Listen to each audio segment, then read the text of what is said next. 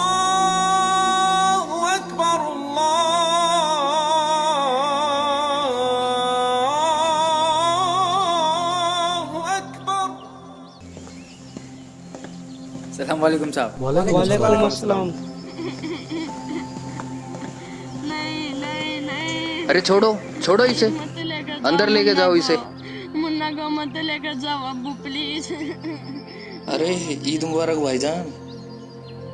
क्या हुआ भाईजान, क्यों बच्चे को रुला रखा है? अरे आपको तो पता है भाईजान, आज ईद है और बकरे को हलाल करने ले जाना है, और ये सलमान है कि 1 घंटे से रोए जा रहा है। अच्छा, हाँ उसका ज्यादा प्यारा है ना ये। आप बिना भाईजान। अरे अरे अब तुम्हें क्या हुआ? कुछ नहीं भाईजान, आपने बेवजह बच्चे और बकरे को रुला रखा है। अच्छा, आप क्या बकरा हलाल करने नहीं ले जाओगे? नहीं, क्यों? आपको मालूम नहीं कि मैंने बाखबर रामपाल जी से नाम उपदेश ले रखा है? लेकिन वो तो हिंदू संत है। हाँ, लेकिन उन्होंने कलाम पाक से साबित करके बताया है कि गोश्त खाना हराम है। यह अल्लाह ताला का हुक्म नहीं है। पागल हो गए हो क्या? एक गैर मुसलमान होने के नाते वो तो हमारी क्रियाओं को गलत ही बताएगा। तुम्हें नहीं मालूम, जब हम कलमा पढ़कर बकरे को काटते हैं तो वह तबरुख बन जाता है, जिसे खाने के बाद उसकी रूह जन्नत में जाती है और हमें सवाब मिलता है। माफ़ करना भाईजान, लेकिन हमारा अल्लाह ताला इतना बेरहम तो नहीं हो सकता कि किसी बेजुबान जानवर को मारने के बाद हमें सवाब दे। अब्दुल ये कैसी बातें कर रहा है तू? तो सही तो कह रहा हूँ भाईजान। यदि कलमा पढ़ते हुए बकरे की गर्दन काटने के बाद उसकी रूह जन्नत में जाती तो क्यों ना हम अपनी और अपने बच्चों की गर्दन भी कलमा पढ़ते हुए कटवा देते, क्योंकि कहीं ना कहीं हमारा मकसद भी तो जन्नत में जाना है। ये क्या बकवास कर रहे हो तुम? देखो सबीर भाईजान, हम हर साल ईद के दिन इन मौलाना और काजियों के बहकावे में आकर ना जाने कितने बेजुबानों का कत्ल कर देते हैं और गुनाह के भागीदार हो जाते हैं। क्या हुआ समीर? देखो ना भाईजान, ये अब्दुल क्या बोले जा रहा है। कह रहा है गोश्त खाना हराम है। अबे पागल हो गया क्या अब्दुल? सही कहते हो भाईजान, जब तक मुझे कुरान शरीफ का इल्म नहीं था ना, तब तक मैं पागल ही था। तेरे कहने का मतलब क्या है? लगता है तू भूल गया है, तू एक मुसलमान की औलाद है। अब्दुल तुझे किसी ने बहकाया है? मैं अभी मौलाना साहब को बुला के लाता हूँ। भाईजान मुझे तो लगता है काफिर हो गया है। सही कह रहे हो भाईजान। माफ़ करना भाईजान, लेकिन ये जो हिंदू मुस्लिम की दीवार है ना, यही हमें अल्लाह ताला से लग रखे हुए है। बाखबर रामपाल जी कहते हैं कि जीव हमारी जाति है और मानव धर्म हमारा। हिंदू मुस्लिम सिख ईसाई धर्म नहीं कोई न्यारा। बकवास बंद कर अपनी, मजहब छोड़ के काफिर हो गया है तू। नहीं भाईजान, मैंने अपना मज़हब नहीं छोड़ा। हाँ, मेरे मज़हब में जो गलत चीज़ें थी, जो गलत इबादत थी, वो मैंने छोड़ दी है। बेटा, तुम्हें मज़हब के बारे में किसी ने गलत बताया है। तुम मुसलमान हो, मज़हब की इज्जत करना सीखो। जनाब, मैं मुसलमान की इज्जत करता हूँ, लेकिन मुसलमान का मतलब होता है मुसल्ले ईमान, जो अपने ईमान पर रहे। और आज का मुसलमान गोश्त खाता है, तंबाकू खाता है, झूठ बोलता है, और तो और मजहब के नाम पर बेजुबानों का खून तक बहा देता है। फिर बात करते हैं मजहब की। क्या यही आज का मुसलमान है? बहुत होगी तेरी बकवास। रुक, तू अभी रुक रुक। आज तो इसको छोड़ूंगा ही नहीं।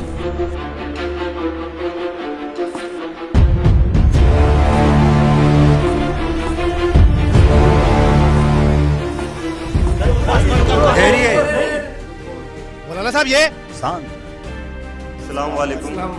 वालेकुम अस्सलाम। क्या हुआ बरखुरदार, आपकी क्या मसाद है? एक मुसलमान होते हुए भी आप अपने मजहब की रीतियों को गलत बता रहे हैं। पता है अपना मजहब कितना पाक है?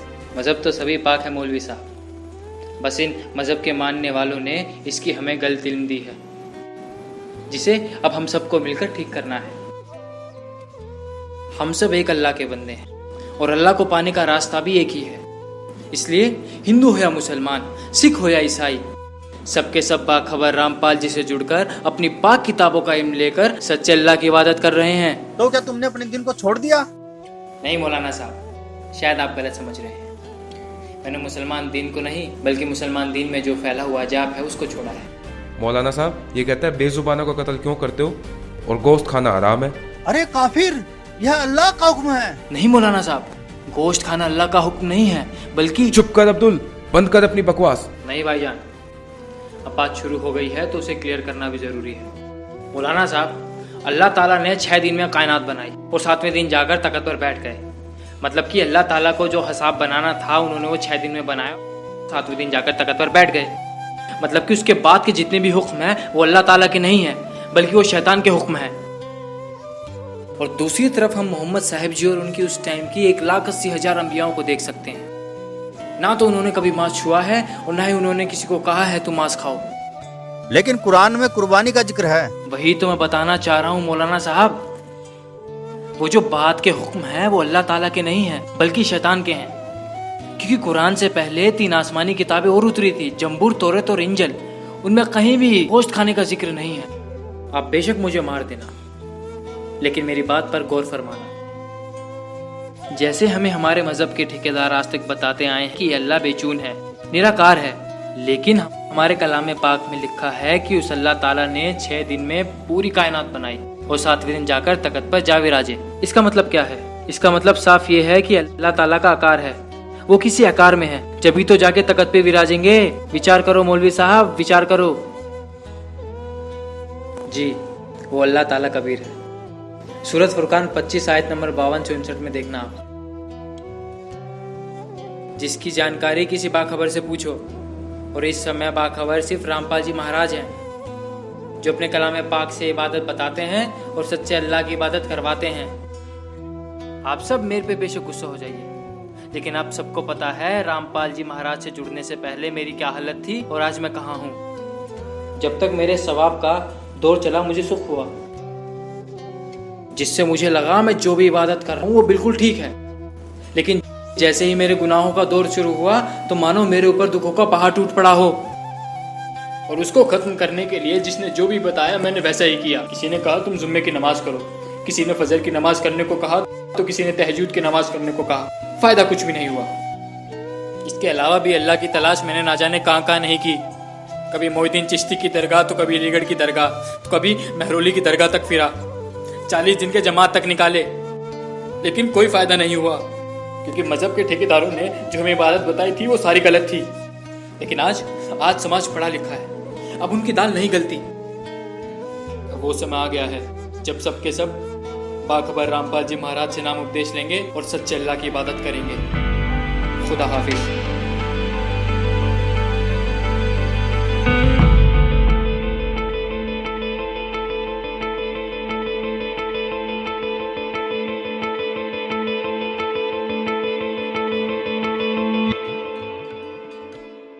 वकालत करते हैं मुसलमान धर्म के प्रवक्ता, मांस खाने की वकालत करते हैं। क्योंकि देखो, अगर कुरान शरीफ में या किसी पुराण में, वेदों में और गीता में मांस खाने का कहीं प्रावधान नहीं है। यदि किसी पुराण में और यदि किसी कुरान में और यदि फिर बाइबल में, इससे आगे जहां परमात्मा ने, उस अल्लाह अकबर ने, समर्थ भगवान ने 6 दिन में सृष्टि रची, 7वें दिन वो तो तख्त पर बैठ गया जाकर विधान बता के कि किसी ने भी मांस नहीं खाना है, ये खाने की वस्तुएं तुम्हें हलाल हैं, बाकी सब हराम है। इससे आगे कोई लेख उल्लेख है, चाहे वो पुराण में है, चाहे कुरान में है, चाहे बाइबल में या तौरात में है, या चाहे अन्य किसी इंजिल में है या जबूर के अंदर है, वो अल्लाह अकबर का आदेश नहीं है, वो किसी अन्य देव का आदेश है। उसका आदेश पालन करके आप उस अल्लाह अकबर के विधान को तोड़कर दोषी बन जाओगे। नबी मोहम्मद नमस्कार है, राम रसूल कहाया, 1,80,000 को सौगंध जिन नहीं करत चलाया, अरस कुरस पर अलह तकत है, खालिक बिन नहीं खाली, और वह पैगंबर पाक पुरुष थे साहिब के अब्दाली। उसी परमात्मा ने कहा है कि जो नर गोश्त खाते हैं प्रत्येक राक्षस जान, इसमें संशय है नहीं, हिंदू खाइयो चाहे मुसलमान। कहते जो मांस खाते हो प्रत्येक राक्षस हैं, चाहे हिंदू हो चाहे मुसलमान। ये तुमने अपना फार्मूले आप बना रखे, उन महापुरुषों के आदेश नहीं है। कहते हैं मांस खावे सो ढेढ़ सब, और मद पीवे सो नीच, और कुल की दुर्मति पर हरे, भगवान कहे सो ऊंच। कहते मांस खावे सब ढेढ़ है, चाहे हिंदू है चाहे मुसलमान, सिख है या ईसाई।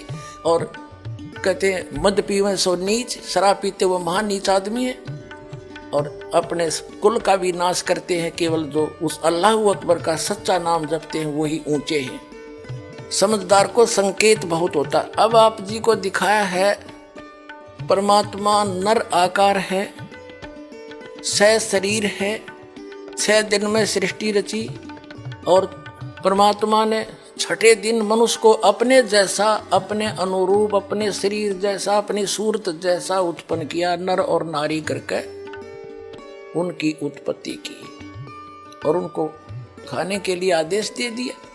अभी आपने पढ़ा, आप फिर भी पढ़ सकते हैं। और आगे फिर वो क्या कहता है देखो, और परमेश्वर ने कहा, नर और नारी करके उनकी सृष्टि की, और परमेश्वर ने उनको आशीष दी, उनसे कहा फूलो फलो और पृथ्वी पर भर जाओ और उसको अपने वश में कर लो, और समुद्र की मछलियों तथा आकाश के पक्षियों और पृथ्वी पर रेंगने वाले जंतुओं पर अधिकार रखो। यानी उनसे जैसे इंसान ने शेर तक को भी काबू कर लिया, हाथियों को भी बांध लिया, तो इस ऐसे कंट्रोल करने के लिए कहा उन्होंने। आगे देखो, फिर परमेश्वर ने उनसे कहा, यानी मनुष्यों को भी, फिर परमेश्वर ने उनसे कहा कि सुनो, जितने बीज वाले छोटे छोटे पेड़, ये मनुष्यों के लिए आदेश है, सारी पृथ्वी के ऊपर हैं, और जितने वृक्षों में बीज वाले फल हैं, वे सब मैंने तुमको दिए तुम्हारे भोजन के लिए।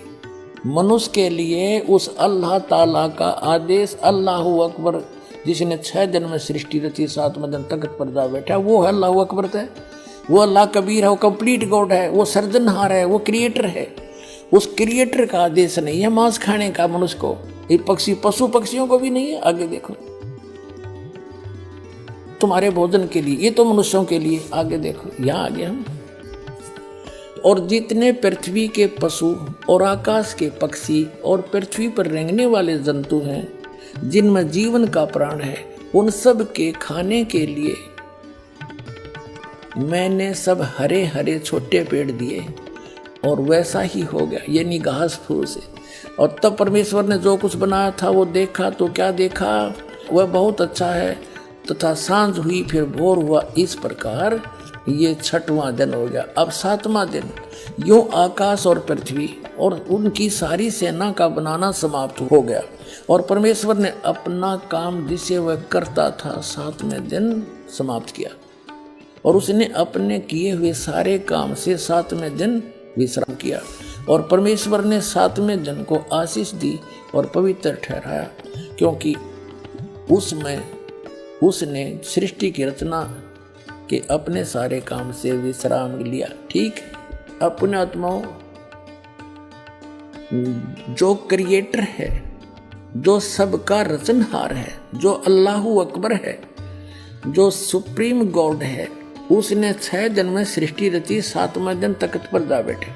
उसी के विषय में कुरान शरीफ में स्पष्ट किया है कि ये वही है। कुरान शरीफ का ज्ञानदाता कह रहा है, ये वही अल्लाहु अकबर है जिसने 6 दिन में सृष्टि रची, 7वें दिन तख्त पर जा बैठा। यह है सूरत फुरकानी 25 और 604 पृष्ठ पे इस प्रकाशन के हम पढ़ेंगे नीचे से। ये 51वीं आयत समाप्त हुई, 52वीं प्रारंभ होती है। फला तुतियल काफिरन व जाहिदुम बिही जिहादन कबीरन। ये स्पष्ट लिखा कबीरन, कबीर कहो, कबीरा कहो, कबीरन कहो। इसका और निर्णय करते हैं। ये पवित्र कुरान मजीद से क्लियर होगा। अब पवित्र कुरान मजीद दिखाते हैं आपको। ये यहां से छपी है।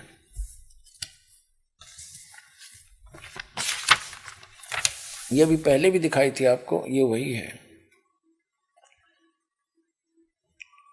ये यहां से इसका पूरी जानकारी है, कहां से छपी है, कौन इसका अनुवाद करता है। और अब इसके हम आते हैं, ये वही सूरत फुरकान 25 और कुरान मजीद 576 पृष्ठ पे इस प्रकाशन के हम यहीं आते हैं नीचे। ये है 51वीं आयत समाप्त हुई। इसमें पंक्ति भी नहीं बदली है, अक्सर भी सिर्फ लिखने मंत्र थोड़ा किया। फला तुतियल काफिरन न जाहिदुम बिही जिहादन कबीरा। कबीर कहो, कबीरा कहो, कबीरन कहो, खबीरा कहो, खबीरन कहो। तो इसमें स्पष्ट है ये कबीरा, और इसका यहाँ अनुवाद किया है इसके साथ में। ये 52वीं आयत का अनुवाद चला है। तो तुम काफरों का कहा न मानो, उनसे इस कुरान के हुक्म के मुताबिक बड़े जोर से लड़ो। अब उन कबीर का अर्थ बड़ा कर दिया, ठीक है। अब हम फिर कुरान शरीफ को लेते हैं। ये पवित्र कुरान शरीफ है, यहाँ से देखिएगा। उसमें से हमने ये निर्णय करना था कबीर और कबीरा और कबीरन। ये कुरान शरीफ फिर ले ली हमने, सूरत फुरकानी 25 और 604 पृष्ठ पे हम आगे ये नीचे आएंगे। ये 52 नंबर आयत है, 51 यहाँ समाप्त हुआ, 52 प्रारंभ हुआ। फला तुतियल काफिरिन व जिहादों बिही जिहादन कबीरन। इसका अनुवाद बिल्कुल सामने किया है। ये अनुवाद करता भी मुसलमान भाई है कोई तो ए पैगंबर, ये कुरान शरीफ का ज्ञान दाता बोल रहा है। तो ए पैगंबर, तुम काफिरों का कहा न मानना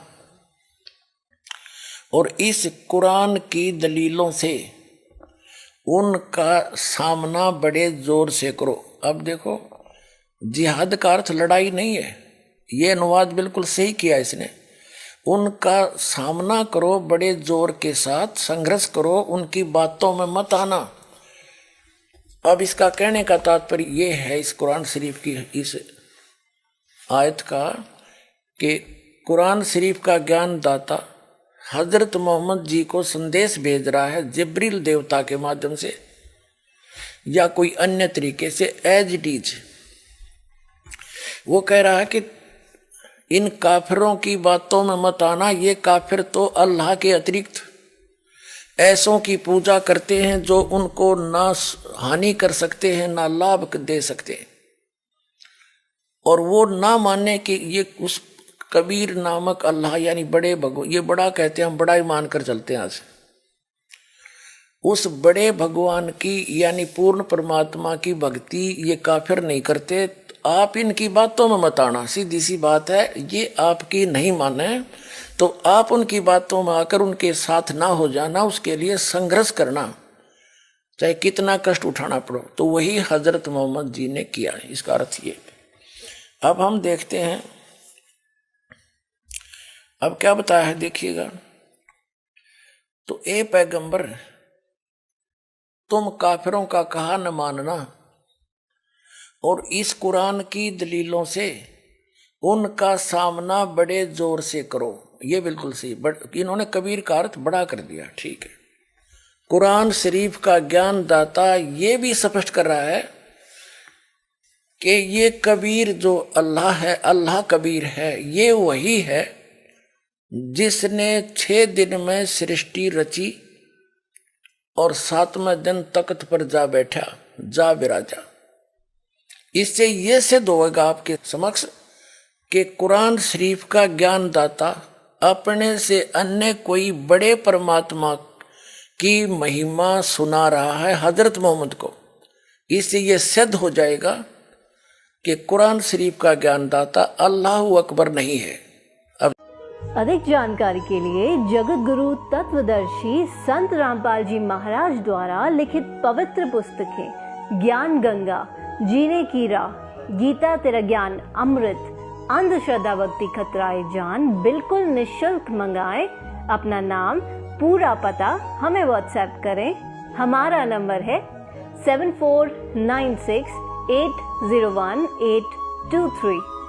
जगत गुरु तत्वदर्शी संत रामपाल जी महाराज के मंगल प्रवचन अब प्रतिदिन सुनिए MH1 श्रद्धा टीवी पर दोपहर 2 से 3 बजे, सारथी टीवी पर शाम 6:30 से 7:30 बजे, साधना टीवी पर शाम 7:30 से 8:30 बजे, ईश्वर टीवी पर रात 8:30 से 9:30 बजे।